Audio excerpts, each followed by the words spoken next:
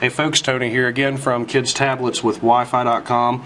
I wanted to go in depth a little bit with you on the Kindle Fire HD6 Kids Edition, show you some of the features, some of the pros and cons of this. Now, I'm currently on my child's management screen to where I can actually manage exactly what he can have, what he can't. You can go in, you can see different information. You can access any of the books, things like that. You can see here I've got Diary of a Wimpy Kid. I'll let him read that. Now, one great thing about the Kindle Fire tablets is that you can get the unlimited books, things like that, and that's $7 a month, so it's really worth it. And then, of course, it comes with the free time as well. And I can hit done on that, and that's going to put the book on there for him. Now, once I go home here and load free time, that'll load his profile in. You can set different times, how much time is available for them to be able to use the tablet. That's a great feature. One thing that I do not like, unfortunately there are more cons than pros with this tablet. It's a great concept by Amazon. From the hype that was brought about it, it sounded like it was going to be the best kids tablet of 2014, especially for children ranging from ages 5 to 10. However, unfortunately the execution of this device, especially with free time, has caused a lot of problems. Now, first and foremost, this is an 8 gig tablet, but you only have 4 gigs of memory accessible to you.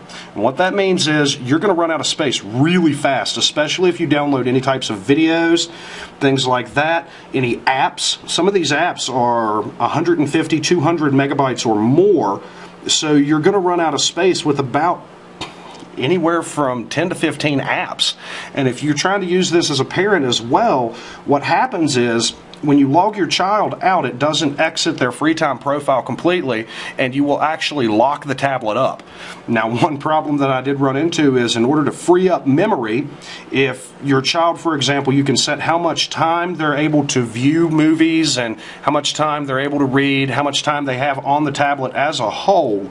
The problem is that when that time expires, you cannot access the kid profile any longer for that day.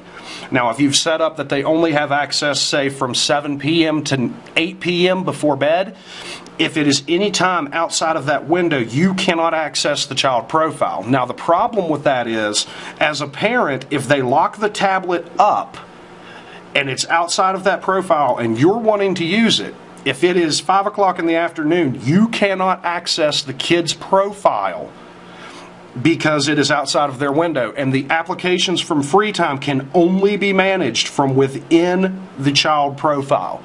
Now, another problem is, for example, my child is 9 years old, and I don't believe that, content such as the Three Musketeers or some of the more violent content is appropriate for his age, like the Odyssey. Again, once you download these, they take up a lot of memory. This Batman book, for example, actually takes up about 5 megabytes of memory just to be able for him to read that. So that's a problem with the tablet. The issue is that as a child, my son's pretty tech crazy, and the problem is that he is unable to get back out of applications and navigate very easily at all. So that's, again, I mean, this is a great concept, but unfortunately, it's very poor execution.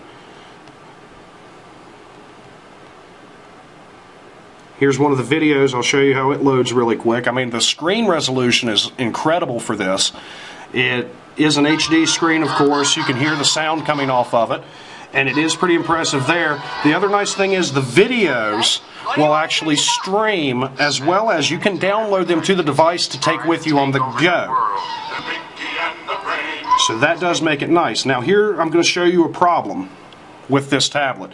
You see how it's locked in here? It's pretty difficult to get back out, and children will have problems getting out of that, because you actually have to slide down from the top and then go to your home menu right here. And now you can get back in and out. A really big issue. All of this stuff's downloading, none of it's opening up right off. And all in all, this tablet has just been a big disappointment, truthfully. I mean, once again, it's a great concept. Truthfully, right now, I would wait until the next release until Amazon has some time to clean up the concept, increase the RAM and the memory a little bit more, and just get this device loading. I mean, you can see here across the bottom, these are the download files. There's gray lines, and as you can see, it's taking a substantial amount of time to load these files. Right there, it's starting to move across finally for us. And I do have a very quick internet connection, but once again, it takes a while to get them to load through. And like I say, kids will get a little aggravated because in order to exit this book and get back to the home screen, you have to tap, and then you have to hit the back arrow. So it's pretty difficult. They really should have put a home button on this, similar to what an iPad has, and similar to what a lot of the other kids' tablets that are in the same price point as this actually comes with.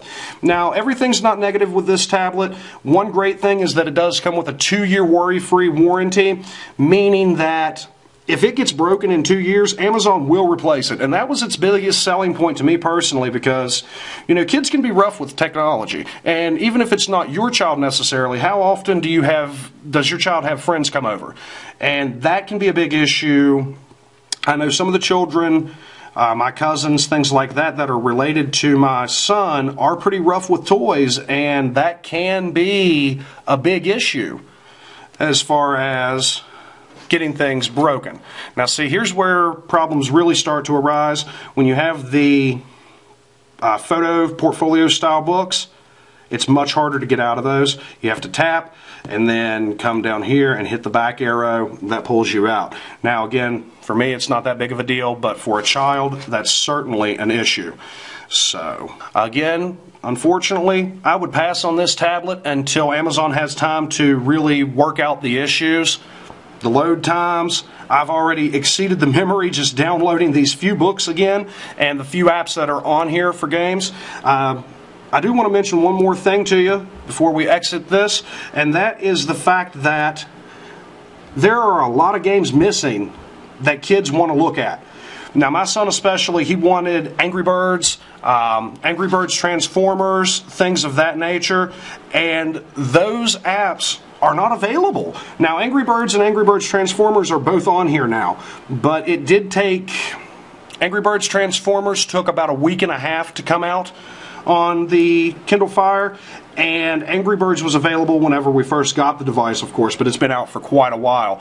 And once again, the selection of games and apps just isn't there. You saw when I started trying to download the Lego Batman Unlimited Edition there a few minutes ago. That's been downloading now for about 5 minutes, and as you can see there, it's barely got any of the bar across there.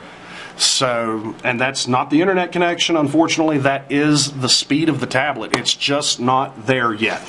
For games, I would strongly recommend one of the other tablets, such as the Navi 2.